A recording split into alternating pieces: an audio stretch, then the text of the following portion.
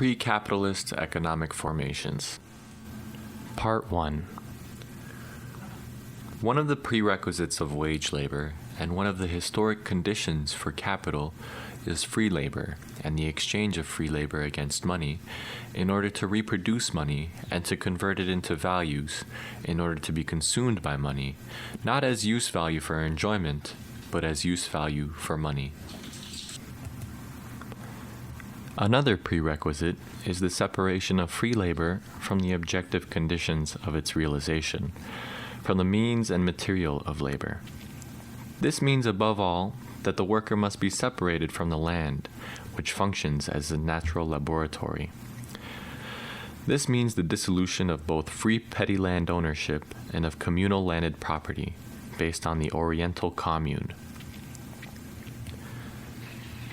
In both these forms, the relationship of the worker to the objective conditions of his labor is one of ownership. This is the natural unity of labor with its material prerequisites. Hence, the worker has an objective existence independent of his labor. The individual is related to himself as a proprietor, as master of the conditions of his reality. The same relation holds between one individual and the rest. Where this prerequisite derives from the community, the others are his co-owners, who are so many incarnations of the common property. Where it derives from the individual families which jointly constitute the community, they are independent owners coexisting with him, independent private proprietors. The common property, which formerly absorbed everything and embraced them all, then subsists as a special agar publicus, common land, separate from the numerous private owners.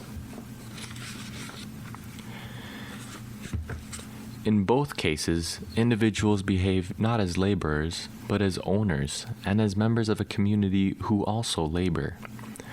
The purpose of this labor is not the creation of value, although they may perform surplus labor in order to exchange it for foreign labor, i.e., for surplus products. Its purpose is the maintenance of the owner and his family, as well as of the communal body as a whole.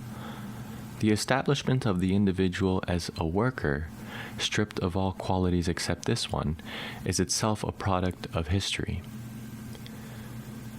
The first prerequisite of this earliest form of landed property appears as a human community, such as emerges from spontaneous evolution. The family expanded into a tribe, or the tribe created by the intermarriage of families, or combination of tribes. We may take it for granted that pastoralism, or more generally a migratory life, is the first form of maintaining existence, the tribe not settling in a fixed place but using up what it finds locally and then passing on. Men are not settled by nature, unless perhaps in such fertile environments that they could subsist on a single tree like monkeys. Otherwise, they would roam like the wild animals. Hence, the tribal community, the natural common body, appears not as the consequence, but as the precondition of the joint, temporary appropriation and use of the soil. Once men finally settle down, the way in which to a smaller degree this original community is modified will depend on various external, climatic, geographical, physical, etc. conditions, as well as on their special natural makeup, their tribal character. The spontaneously evolved tribal community, or, if you will, the herd, the common ties of blood, language, custom, etc., is the first precondition of the appropriation of the objective conditions of life and of the activity which reproduces and gives material expression to or objectifies it, activity as herdsmen, hunters, agriculturists, etc. The earth is the great laboratory, the arsenal which provides both the means and the materials of labor, and also the location, the basis of the community. Men's relation to it is naive. They regard themselves as its communal proprietors, and as those of the community which produces and reproduces itself by living labor. Only insofar as the individual is a member, in a literal and figurative sense, of such a community, does he regard himself as an owner or possessor. In reality, appropriation by means of the process of labor takes place under these preconditions, which are not the product of labor, but appear as its natural or divine preconditions. Where the fundamental relationship is the same, this form can realize itself in a variety of ways. For instance, as is the case in most Asiatic fundamental forms, it is quite compatible with the fact that the all-embracing unity, which stands above all these small common bodies, may appear as the higher or sole proprietor, the real communities only as the hereditary possessors. Since the unity is the real owner and the real precondition of common ownership, it is perfectly possible for it to appear as something separate and superior to the numerous real, particular communities. The individual is then in fact propertyless, or property, i.e. the relationship of the individual to the natural conditions of labor and reproduction, the inorganic nature, which he finds and makes his own, the objective body of his subjectivity, appears to be mediated by means of a grant from the total unity to the individual through the intermediary of the particular community. The despot here appears as the father of all the numerous lesser communities, thus realizing the common unity of all. It therefore follows that the surplus product, which incidentally is legally determined in terms of the real appropriation through labor, belongs to this highest unity. Oriental despotism, therefore, appears to lead a legal absence of property. In fact, however, its foundation is tribal or common property, in most cases created through a combination of manufacture and agriculture within the small community, which thus becomes entirely self-sustaining and contains within itself all conditions of production and surplus production. Part of its surplus labor belongs to the higher community, which ultimately appears as a person. This surplus labor is rendered both as tribute and as common labor for the glory of the unity, in part that of the despot, in part that of the imagined tribal entity of the god. Insofar as this type of common property is actually realized in labor, it can appear in two ways. The small communities may vegetate independently, side by side, and within each the individual labors independently with his family on the land allotted to him. There will also be a certain amount of labor for the common store, for insurance as it were, on the one hand, on the other for defraying the costs of the community as such, i.e. for war, religious worship, etc. The dominion of lords in its most primitive sense arises only at this point, for example in the Slavonic and Romanian communities. Here lies the transition to serfdom, etc. Secondly, the unity can involve a common organization of labor itself, which in turn can constitute a veritable system, as in Mexico and especially Peru, among the ancient Celts and some tribes of India. Furthermore, the communality within the tribal body may tend to appear either as a representation of its unity through the head of the tribal kinship group, or as a relationship between the heads of families. Hence, either a more despotic or more democratic form of the community. The communal conditions for real appropriation through labor, such as irrigation systems, very important among the Asian peoples, means of communication, etc., will then appear as the work of the higher unity, the despotic government which is poised above the lesser communities. Cities in the proper sense arise by the side of these villages only where the location is particularly favorable to external trade, or where the head of the state and his satraps exchange their revenue, the surplus product, against labor, which they expend as labor funds.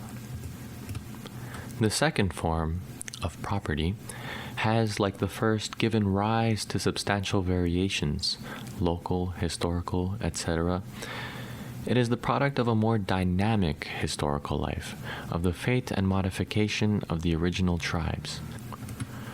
The community is here also the first precondition, but unlike our first case, it is not here the substance of which the individuals are mere accidents, or of which they form mere spontaneously natural parts.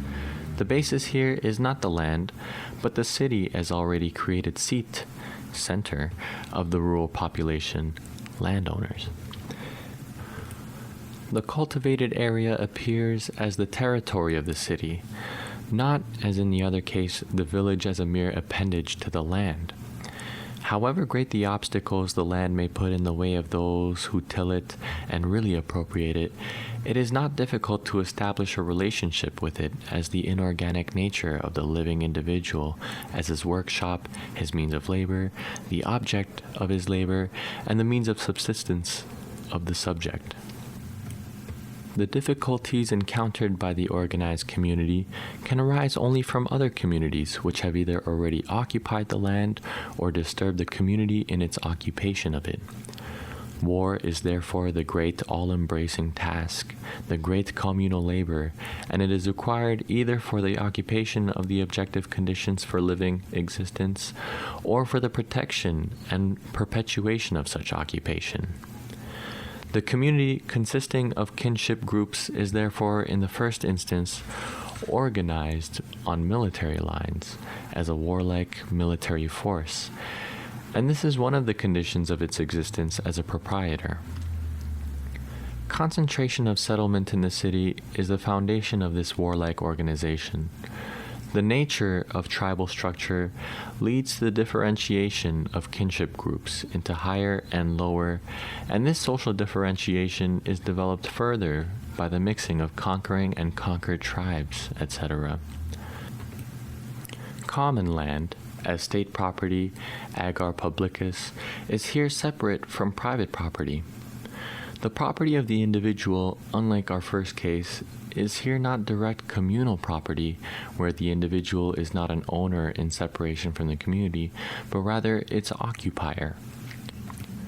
Circumstances arise in which individual property does not require communal labor for its valorization, for example, as it does in the irrigation systems of the Orient. The purely primitive character of the tribe may be broken by the movement of history or migration. The tribe may remove from its original place of settlement and occupy foreign soil, thus entering substantially new conditions of labor and developing the energies of the individual further. The more such factors operate, and the more the communal character of the tribe therefore appears, and must appear, rather as a negative unity as against the outside world, the more do conditions arise which allow the individual to become a private proprietor of land, of a particular plot, whose special cultivation belongs to him and his family. The community, as a state, is on the one hand the relationship of these free and equal private proprietors to each other, their combination against the outside world, and at the same time their safeguard. The community is based on the fact that its members consist of working owners of the land, small peasant cultivators, but in the same measure, the independence of the latter consists in their mutual relation as members of the community, in the safeguarding of the agar publicus, common land, for common needs and common glory, etc. To be a member of the community remains the precondition for the appropriation of land, but in his capacity as member of the community, the individual is a private proprietor. His relation to his private property is both a relation to the land and to his existence as a member of the community, and his maintenance as a member is the maintenance of the community and vice versa, etc. Since the community, though it is here not merely a de facto product of history, but one of which men are conscious as such, has therefore had an origin, we have here the precondition for property in land, i.e., for the relation of the working subject to the natural conditions of his labor as belonging to him. But this belonging is mediated through his existence as a member of the state, through the existence of the state, hence through a precondition which is regarded as divine etc. There is concentration in the city, with the land as its territory, small-scale agriculture producing for immediate consumption, manufacturers, the domestic subsidiary, labor of wives and daughters, spinning and weaving, or achieving independent existence in a few craft occupations. The precondition for the continued existence of the community is the maintenance of equality among its free self-sustaining peasants, and their individual labor as the condition of the continued existence of their property. The relation to the natural conditions of labor are those of proprietors, but personal labor must continuously establish these conditions as real conditions and objective elements of the personality of the individual of his personal labor. On the other hand, the tendency of this small warlike community drives it beyond these limits, etc. In brackets, Rome, Greece, Jews, etc. As Niebuhr says, when the auguries had assured Numa of the divine approval for his election, the first preoccupation of the pious monarch was not the worship of the gods, but a human one. He distributed the land conquered in war by Romulus and left to be occupied. He founded the worship of Terminus, in brackets, the god of boundary stones. All the ancient lawgivers, and above all Moses, founded the success of their arrangements for virtue, justice, and good morals upon landed property, or at least on secure hereditary possession of land for the greatest possible number of citizens. End quote. The individual is placed in such condition of gaining his life as to make not the acquiring of his wealth his object, but self-sustenance, its own reproduction as a member of the community, the reproduction of himself as a proprietor of the parcel of ground, and in that quality as a member of the commune. The continuation of the commune is the reproduction of all its members as self-sustaining peasants, whose surplus time belongs precisely to the commune, the labor of war, etc. Ownership of one's labor is mediated through the ownership of the conditions of labor, the plot of land, which is itself guaranteed by the existence of the community, which in turn is safeguarded by the surplus labor of its members in the form of military service, etc. The member of the community reproduces himself not through cooperation in wealth-producing labor, but in cooperation in labor for the, in brackets, real or imaginary, communal interests aimed at sustaining the union against external and internal stress.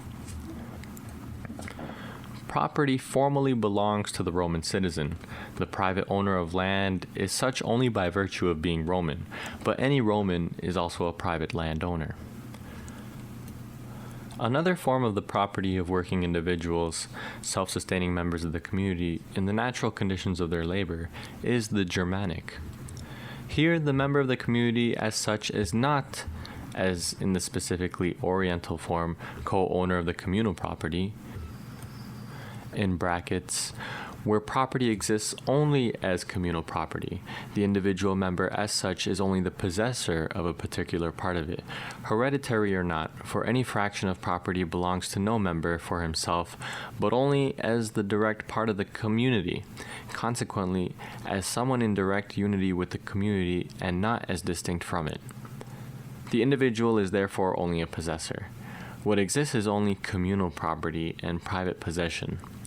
Historic and local, etc., circumstances may modify the character of this possession in its relation to the communal property in very different ways, depending on whether the labor is performed in isolation by the private possessor, or is in turn determined by the community, or by the unity standing above the particular community.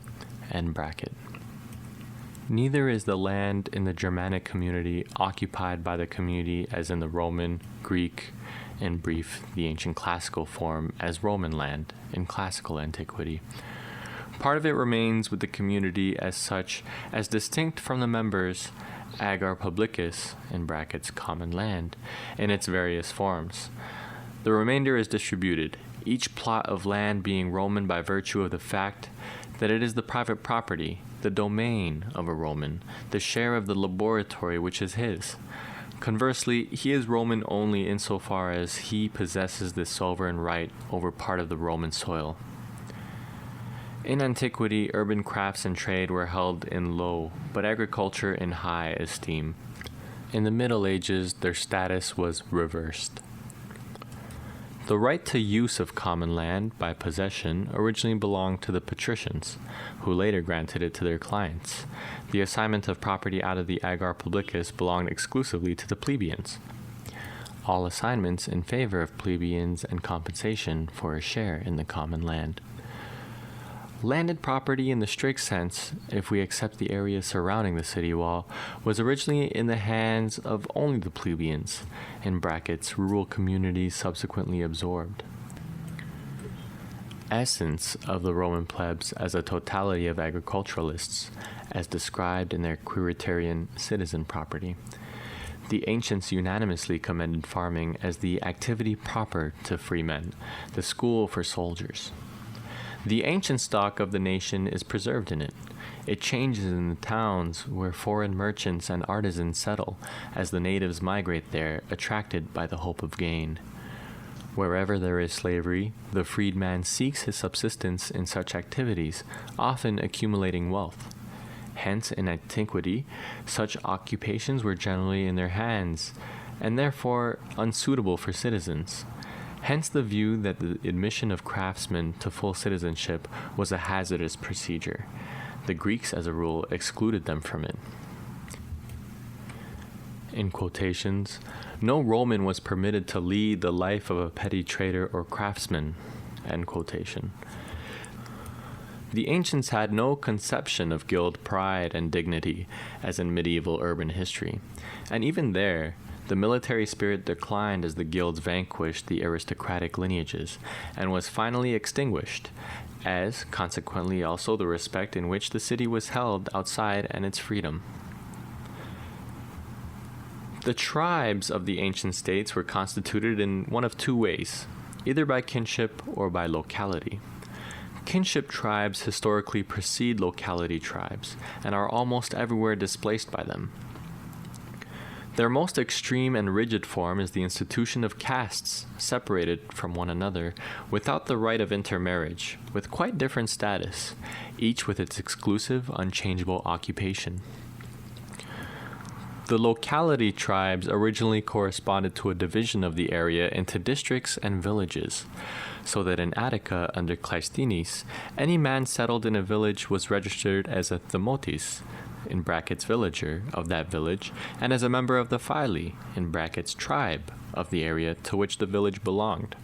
However, as a rule, his descendants, regardless of place and domicile, remained in the same Phili and the same theme, thereby giving to this division an appearance of ancestral descent. The Roman kin groups, in brackets gens, did not consist of blood relatives. Cicero notes when mentioning the family name, descent from free men. The members of the Roman gens had common shrines, in brackets sacra, but this had already disappeared in Cicero's day. The joint inheritance from fellow kinsmen who died intestate or without close relatives was restrained longest of all.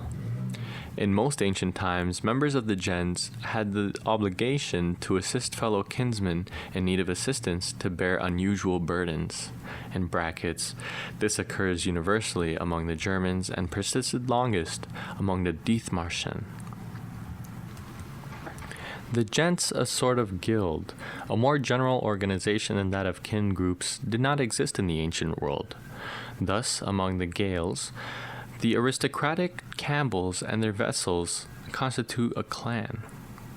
Since the patrician represents the community to a higher degree, he is the possessor of the ager publicus and uses it through the intermediary of his clients, etc., in brackets, also gradually appropriates it.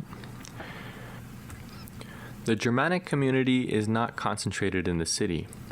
A concentration, the city the center of rural life, the domicile of the landworkers, as also the center of warfare, which gives community as such external existence, distinct from that of its individual members. Ancient classical history is the history of cities, but cities based on land ownership and agriculture, Asian history is a kind of undifferentiated unity of town and country.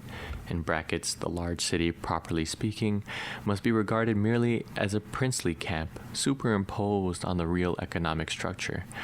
The Middle Ages, in brackets, Germanic period, starts with the countryside as the locus of history, whose further development then proceeds through the opposition of the town and country. Modern history is the urbanization of the countryside, not as among the ancients, the ruralization of the city. Union in the city gives the community as such an economic existence. The mere presence of the town as such is different from a mere multiplicity of separate houses. Here, the whole does not consist of its separate parts. It is a form of independent organism. Among the Germans, where single heads of families settle in the forest, separated by long distances, even on an external view of the community exists merely by virtue of every act of union of its members, although their unity, existing in itself, is embodied in descent, language, common past and history, etc.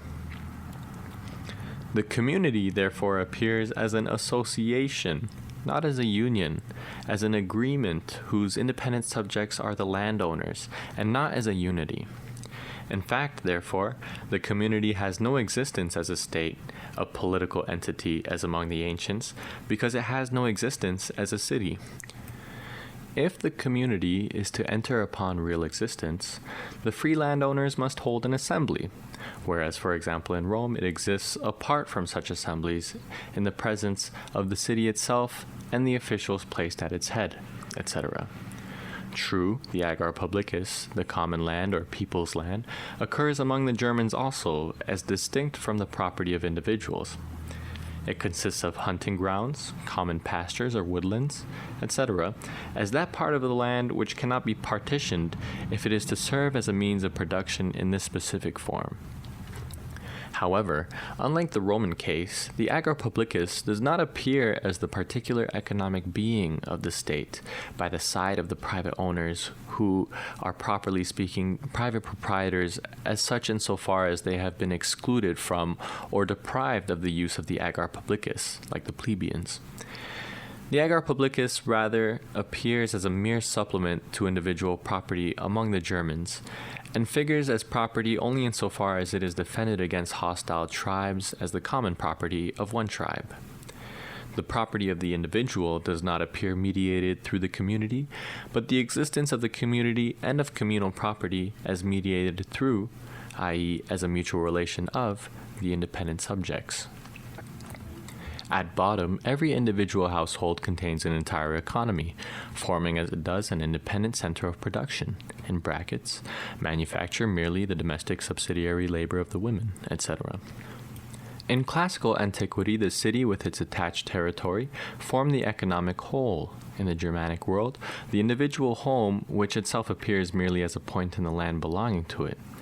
There is no concentration of a multiplicity of proprietors, but the family as an independent unit. In the Asiatic form, in brackets, or at least predominantly so, there is no property, but only individual possession. The community is, properly speaking, the real proprietor. Hence, property only as communal property in land. In antiquity, in brackets, Romans as the classic example, the thing in its purest and most clearly marked form, there is a contradictory form of state-landed property and private landed property, so that the latter is mediated through the former, or the former exists only in this double form.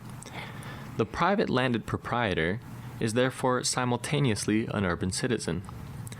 Economically, citizenship may be expressed more simply as a form in which the agriculturalist lives in a city.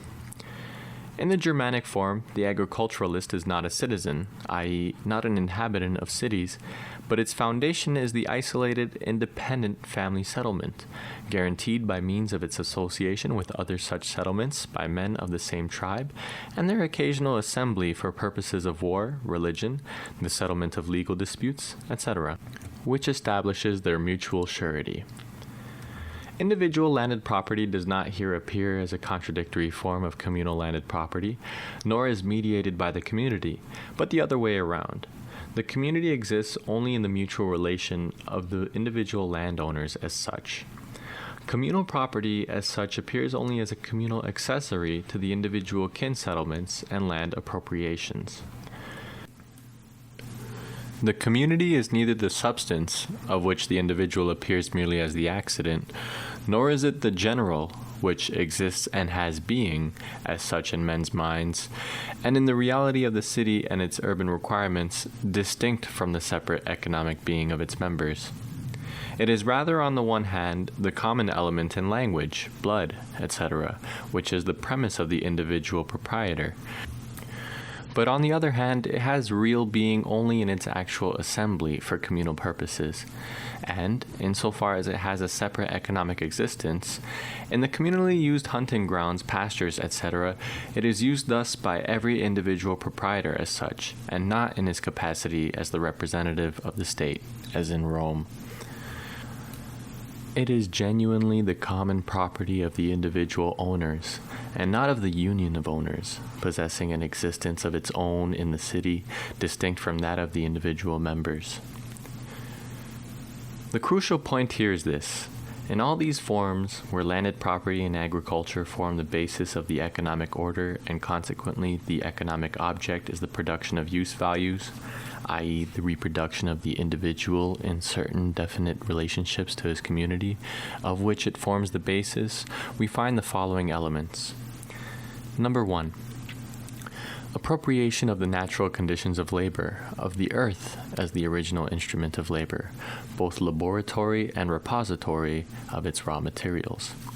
However, appropriation not by means of labor, but as the preliminary condition of labor. The individual simply regards the objective conditions of labor as his own, as the inorganic nature of his subjectivity, which realizes itself through them.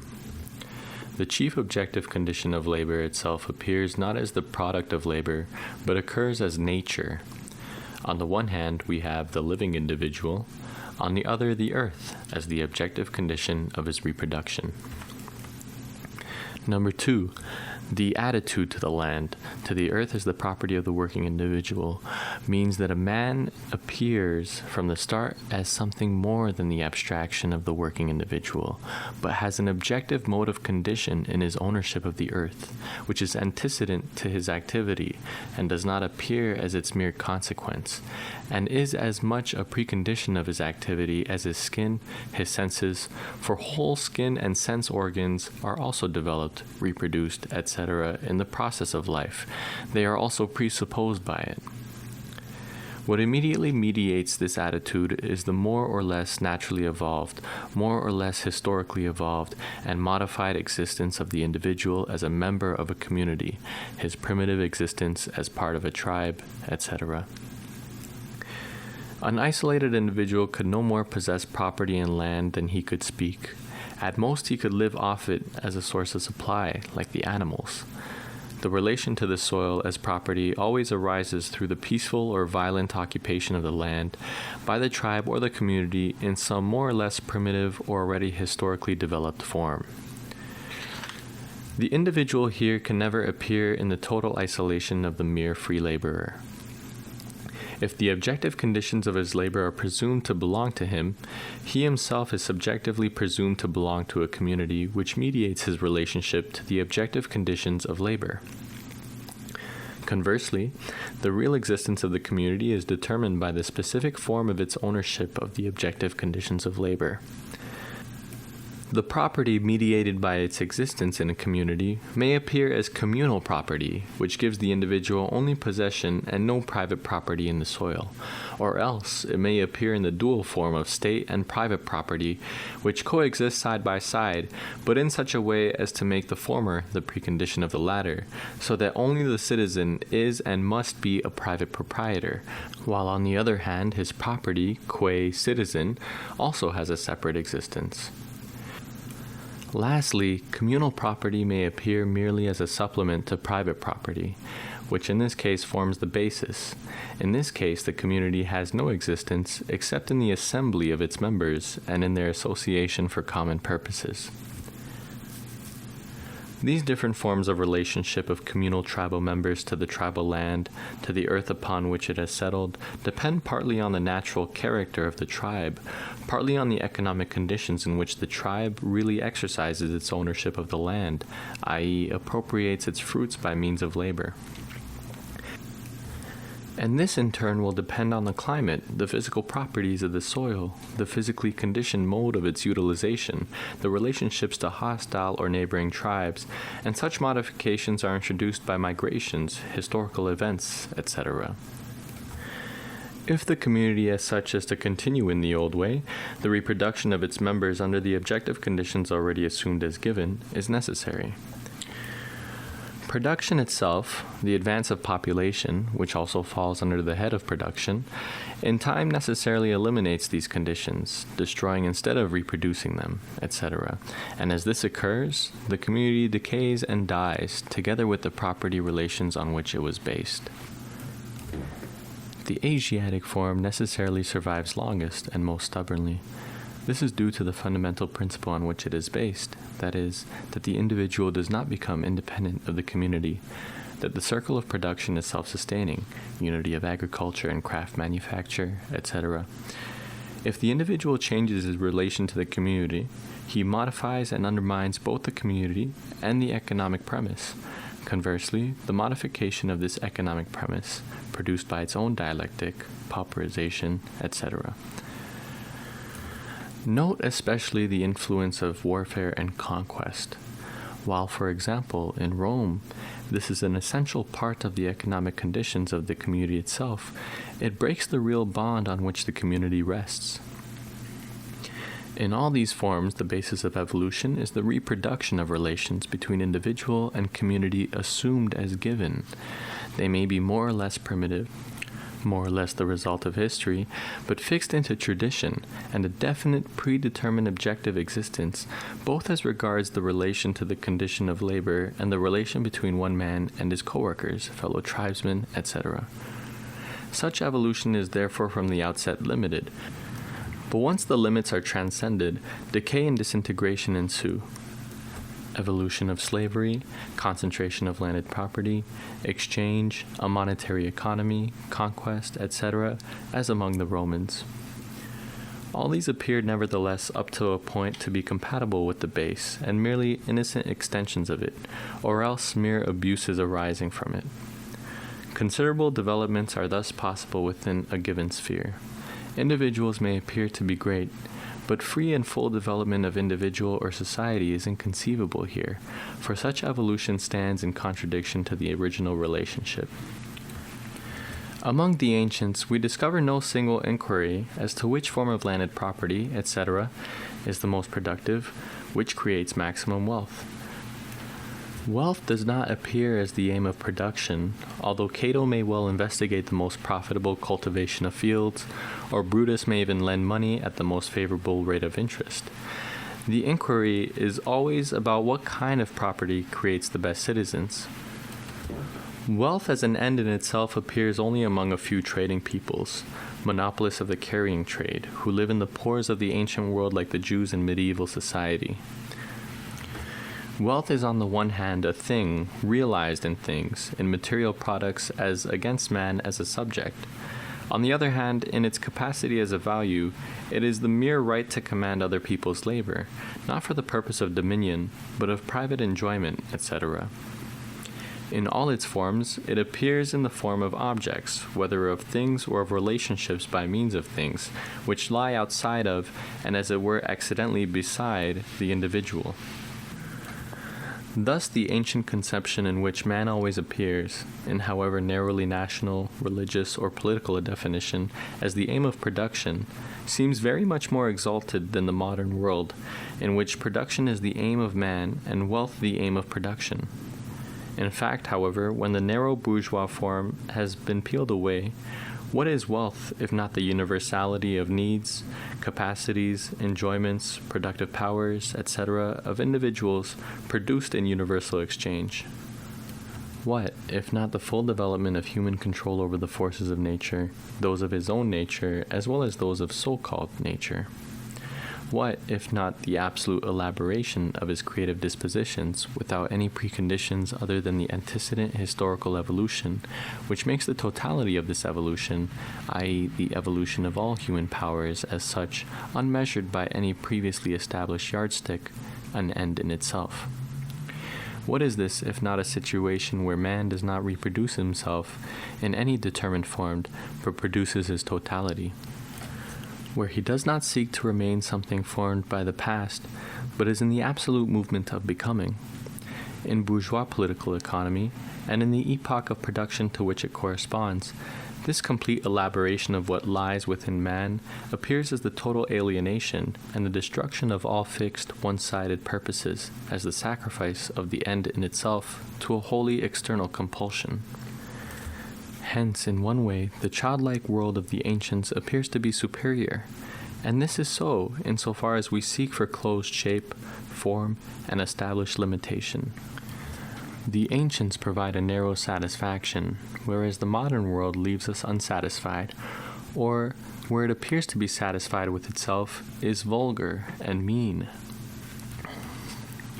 What Mr. Proudhon calls the extra-economic origin of property, by which he means landed property, is the pre-bourgeois relationship of the individual to the objective conditions of labor, and in the first instance to the natural objective conditions of labor.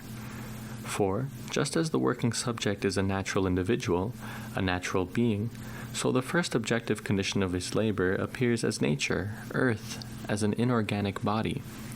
He himself is not only the organic body, but also inorganic nature as a subject. This condition is not something he has produced, but something he finds to hand, something existing in nature and which he presupposes. Before proceeding in our analysis, a further point. Poor Proudhon not only could, but ought equally to be obliged to accuse capital and wage labor as forms of property of extra-economic origin. For the fact that the worker finds the objective conditions of his labor as something separate from him, as capital, and the fact that the capitalist finds the workers propertyless, as abstract laborers, the exchange that takes place between value and living labor assumes a historic process, however much capital and wage labor themselves reproduce this relationship and elaborate it in an objective scope as well as in depth. And this historic process, as we have seen, is the evolutionary history of both capital and wage labor.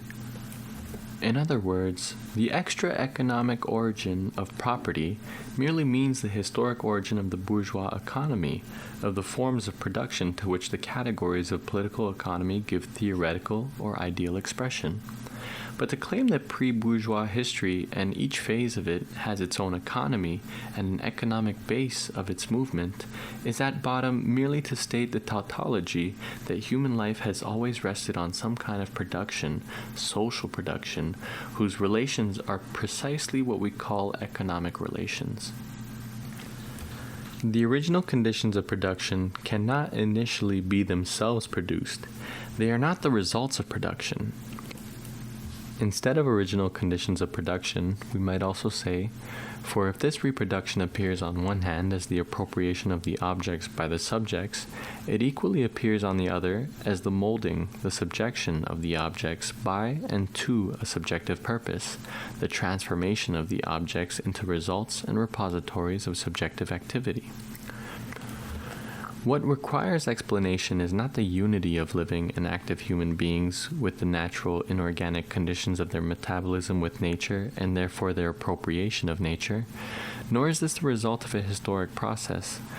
What we must explain is the separation of these inorganic conditions of human existence from this active existence, a separation which is only fully completed in the relationship between wage labor and capital. In the relationship of slavery and serfdom, there is no such separation. What happens is that one part of society is treated by another as the mere inorganic and natural condition of its own reproduction. The slave stands in no sort of relation to the objective conditions of his labor. It is rather labor itself, both in the form of the slave as of the serf, which is placed among other living things as inorganic condition of production alongside the cattle or as an appendage of the soil. In other words, the original conditions of production appear as natural prerequisites, natural conditions of existence of the producer, just as his living body, however reproduced and developed by him, is not originally established by himself, but appears as his prerequisite. His own physical being is a natural prerequisite, not established by himself. These natural conditions of existence, to which he is related as to an inorganic body, have a dual character. They are 1. Subjective, and 2. Objective. The producer occurs as part of a family, a tribe, a grouping of his people, etc., which acquires historically differing shapes as the result of mixture and conflict with others. It is as such a communal part that he has his relation to a determined piece of nature, let us still call it earth, land, soil, as his own inorganic being, the condition of his production and reproduction. As the natural part of the community, he participates in the communal property and takes a separate share into his own possession. Just so, as a Roman citizen by birth, he has at least ideally a claim to the agar publicus, and a real claim to so many jugera (units) of land, etc. His property, i.e. his relation to the natural prerequisites of his production as his own, is mediated by his natural membership of a community. The abstraction of a community whose members have nothing in common but language, etc., and barely even that, is plainly the product of a much later historical circumstances. It is, for instance, evident that the individual is related to his language as his own only as the natural member of a human community. Language as the product of an individual is an absurdity, but so also is property. Language itself is just as much the product of a community as in another respect it is the existence of the community. It is, as it were, the communal being speaking for itself. Communal production and communal ownership, as found, for example, in Peru, is evidently a secondary form introduced and transmitted by conquering tribes who amongst themselves had been familiar with the common ownership and communal production in the older and simpler form, such as occurs in India and among the Slavs. Similarly, the form found, for example, among the Celts in Wales appears to have been introduced there by more advanced conquerors and thus to be secondary. The completeness and systemic elaboration of these systems under the direction of a supreme authority demonstrate their later origins. Just so the feudalism introduced into England was formally more complete than the feudalism which had naturally grown up in France. Among nomadic pastoral tribes, and all pastoral peoples are originally migratory, the earth, like all other conditions of nature, appears in its elementary boundlessness, for example, in the Asian steppes and the Asian high plateau. It is grazed, etc., consumed by the herds, which provide the nomadic people with their subsistence. They regard it as their property, though never fixing that property. This is the case with the hunting grounds of the wild Indian tribes of America. The tribe considers a certain region as its hunting territory and maintains it by force against other tribes, or seeks to expel other tribes from the territory they claim. Among the nomadic pastoral tribes, the community is in fact always united, a traveling party, caravan, horde, and the forms of higher and lower rank develop out of the conditions of this mode of life. What is appropriated and reproduced here is only the herd and not the soil, which is always used in temporary commonality wherever the tribe breaks its wanderings. Let us pass on to the consideration of settled peoples. The only barrier which the community can encounter in its relations to the natural conditions of production as its own, to the land, is some other community which has already laid claim to them as its inorganic body. War is therefore one of the earliest tasks of every primitive community of this kind, both for the defense of property and for its acquisition. In brackets, it will be sufficient to speak of original property in land, for among pastoral peoples, property in such natural products of the earth, such as, for example, sheep, is at the same time property in the pastures they pass through. In general, property in land includes property in its organic products. Where man himself is captured as an organic accessory of the land and together with it, he is captured as one of the conditions of production, and this is the origin of slavery and serfdom, which soon debase and modify the original forms of all communities and themselves become their foundation. As a result, the simple structure is thereby determined negatively. Thus, originally, property means no more than man's attitude to his natural conditions of production as belonging to him, as the prerequisites of his own existence. His attitude to them as natural prerequisites of himself, which constitute, as it were, a prolongation of his body. In fact, he stands in no relation to his condition of production, but as a double existence, subjectively as himself, and objectively in these natural inorganic conditions of his being. The forms of these natural conditions of production have a double character. The first, his existence as part of a community, which in its original form is a tribal community, more or less modified. The second, his relation to the land as to his own, in virtue of the community, communal landed property, at the same time, individual possession for the individual, or in such a manner that the soil and its cultivation remain in common and only its products are divided. In brackets, however, dwellings, etc., even if no more than the wagons of Scythians, nevertheless appear to be always in the possession of individuals. Membership of a naturally evolved society, a tribe, etc., is a natural condition of production for the living individual. Such membership is, for example, already a condition of his language, etc. His own productive existence is only possible under this condition. His subjective existence, as such, is conditioned by it as much as it is conditioned by the relationship to the earth as to his laboratory. In brackets, true, property is originally mobile, for in the first instance man takes possession of the ready-made fruits of the earth, including animals, and especially those capable of domestication. However, even this situation, hunting, fishing, pastoralism, subsistence by collecting the fruits of the trees, etc., always assumes the appropriation of the earth, whether as a place of fixed settlement or a territory for roaming, a pasture for his animals, etc. Property, therefore, means belonging to a tribe or community, in brackets, to have one's subjective/objective existence within it. And by means of the relationship of this community to the land, to the earth as its inorganic body, there occurs the relationship of the individual to the land, to the external primary condition of production, for the earth is at the same time raw material, tool and fruit, as the preconditions belonging to his individuality as its mode of existence. We reduce this property to the relationship to the conditions of production.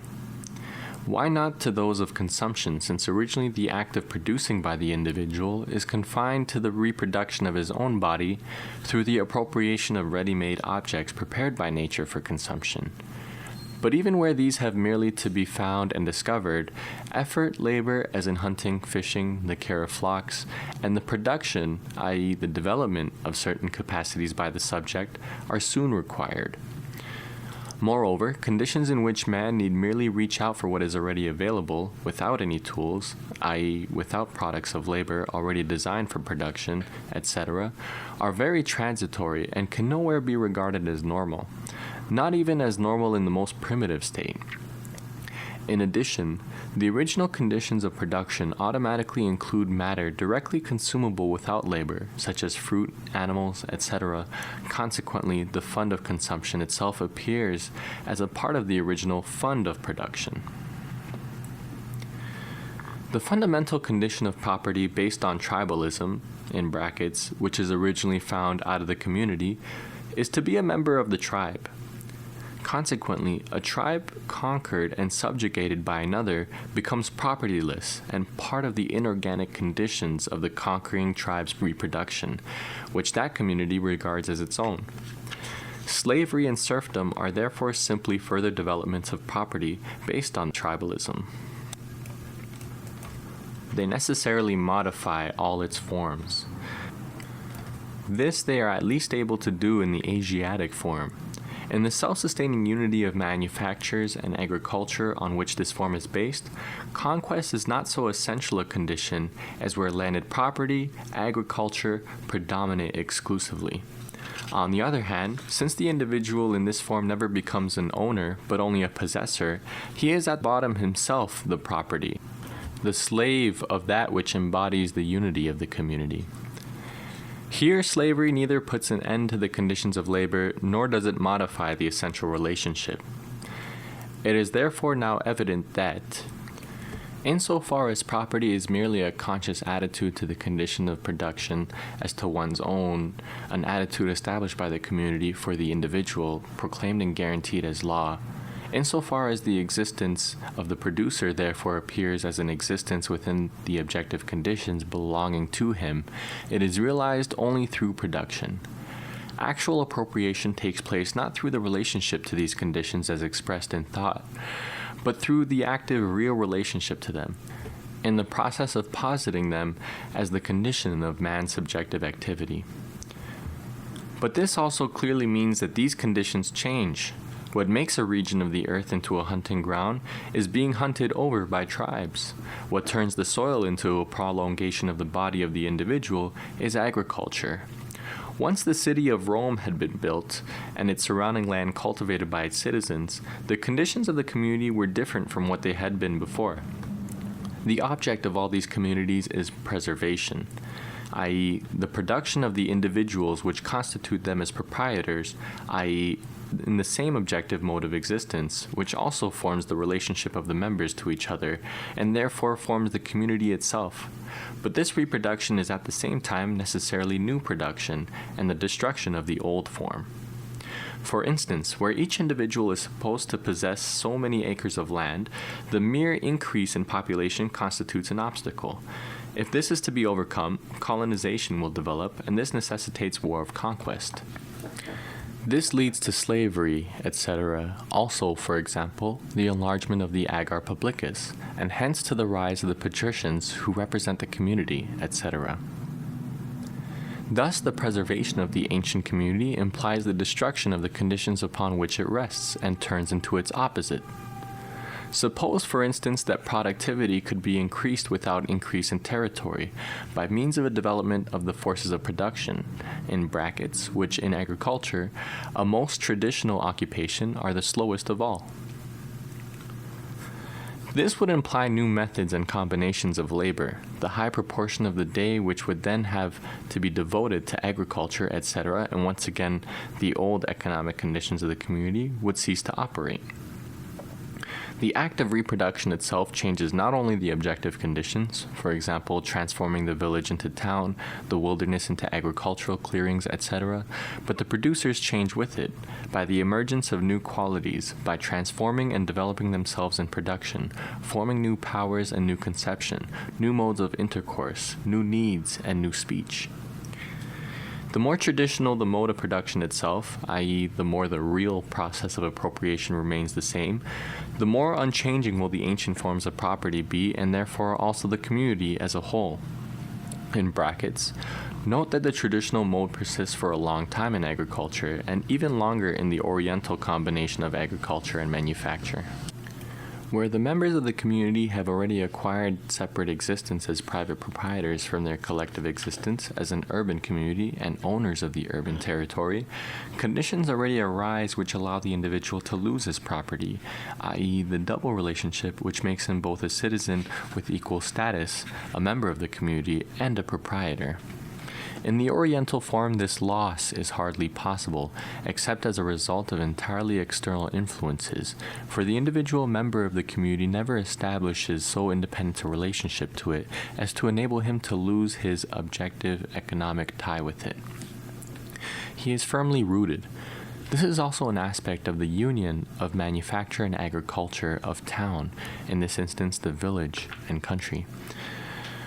Among the ancients, manufacture already appears as corruption, in brackets, fit business for freedmen, clients, and foreigners, etc. Productive labor is freed from its pure subordination to agriculture, where it is the domestic labor of free persons, destined only for the purpose of farming, end war or religious observance, and communal tasks such as the construction of houses, roads, or temples.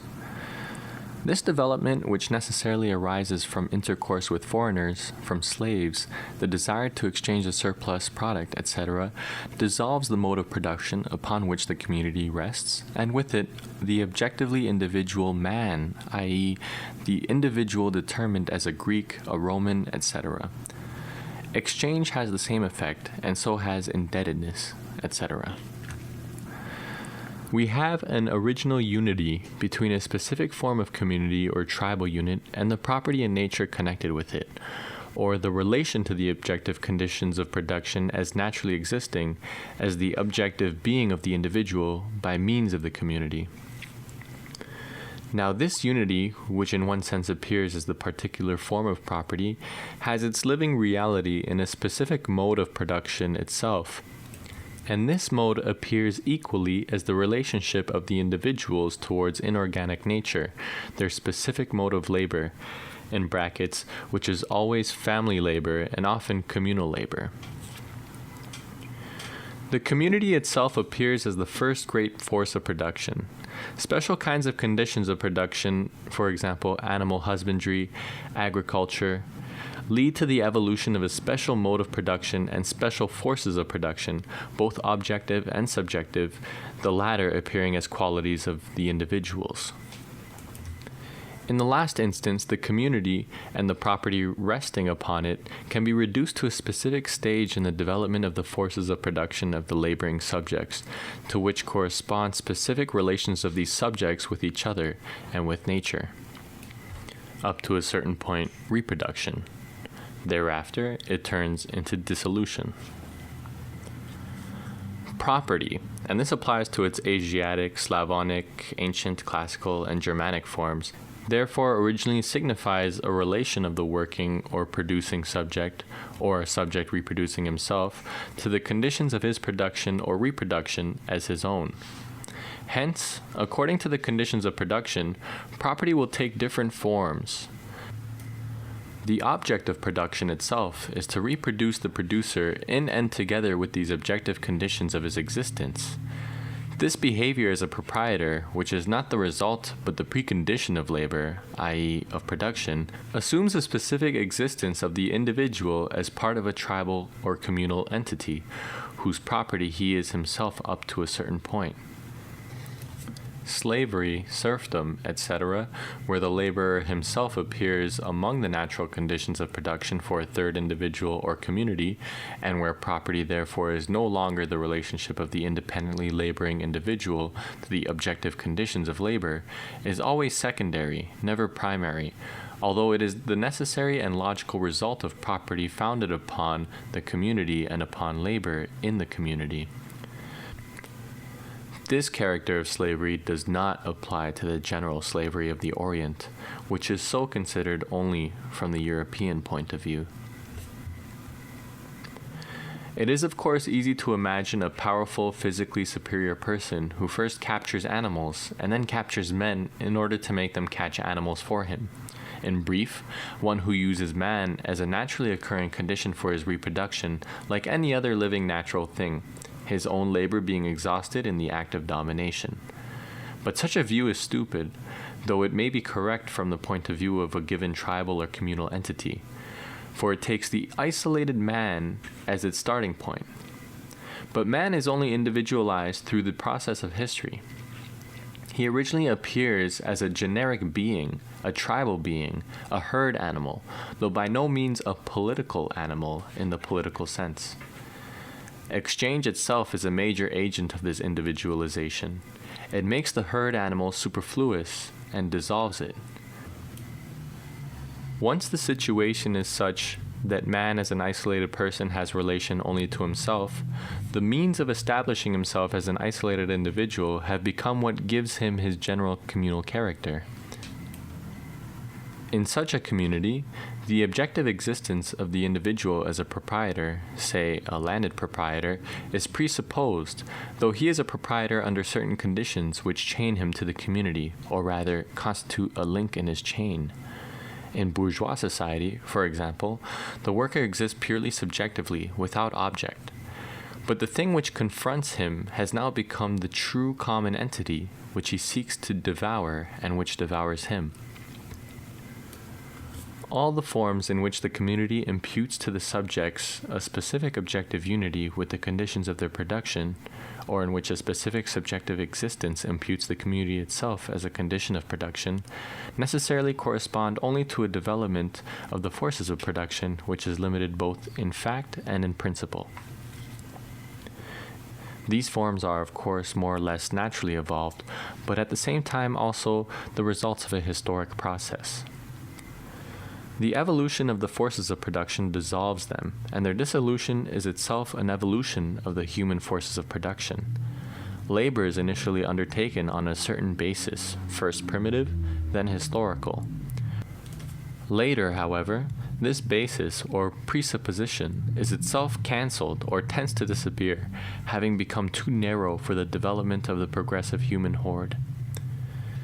Insofar as the landed property of classical antiquity reappears in modern allotment property, it belongs to political economy, and we shall deal with it in the section on landed property. All this is to be analyzed again more deeply and in greater detail later. What we are concerned with here is this: the relationship of labor to capital, or to the objective conditions of labor as capital, presupposes a historic process which dissolves the different forms in which the laborer is an owner and the owner labors.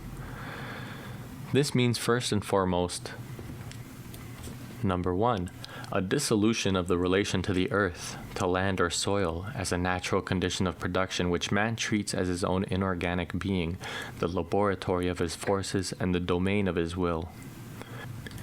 All forms in which this property is found assume a communal entity whose members, whatever the formal distinctions between them, are proprietors by virtue of being its members. Hence, the original form of this property is direct communal property, in brackets, the Oriental form modified among the Slavs, developed to the point of contradiction in classical antiquity and Germanic property, though still the hidden, if antagonistic, foundation. Number two, dissolution of the relations in which man appears as the proprietor of the instrument. As the above form of landed property assumes a real community, so this ownership of the tool by the labor assumes a particular form of development of manufacture, namely in the form of handicraft labor. Guild and corporative institutions are bound up with this. In brackets, the manufacturing activities of the ancient Orient may be included under our heading number 1 above. Here, labor itself is still half the expression of artistic creation, half its own reward, etc. The institution of the master craftsman, the capitalist himself still a master craftsman. Special craft skill itself ensures the ownership of the instrument, etc., etc. In a sense, the mode of labor becomes hereditary together with the organization of labor and its instrument. Medieval town life. Labor still belongs to a man, a certain self-sufficient development of specialized capacities, etc. Number 3. Included in both is the fact that man possesses means of consumption prior to production, necessary in order to enable him to keep alive as producer, i.e., in the course of production before its completion. As a landowner, he appears to be directly provided with the necessary fund for consumption. As a master artisan, he had inherited, earned, or saved this fund, and as a youngster, he is still an apprentice. He does not yet appear as an independent worker in the strict sense, but shares the master's food in the patriarchal manner. As a genuine journeyman, there is a certain common utilization of the fund of consumption which is in the master's possession. Though this is not the journeyman's property, the laws and customs, etc., of the guild at least make him into a co-possessor. This point to be elaborated. Number 4. On the other hand, dissolution both of the relations under which the laborers themselves, the living units of labor power, are still a direct part of the objective conditions of production and are appropriated as such, and are therefore slaves or serfs. For capital, the worker does not constitute a condition of production, but only labor. If this can be performed by machinery or even by water or air, so much the better. And what capital appropriates is not the laborer, but is labor, and not directly, but by means of exchange. These, then, on the one hand, are historic prerequisites without which the laborer cannot occur as free laborer, as objectiveless, purely subjective capacity for laboring, confronting the objective conditions of production as his non-property, as someone else's property, as value existing for itself, as capital. On the other hand, we must now ask, what conditions are necessary if he is to confront capital? Thank you for joining me for what has been part 1 of Karl Marx's pre-capitalist economic formations, taken from the Grundrisse, and I look forward to reading part 2 with you. Thank you again. Bye.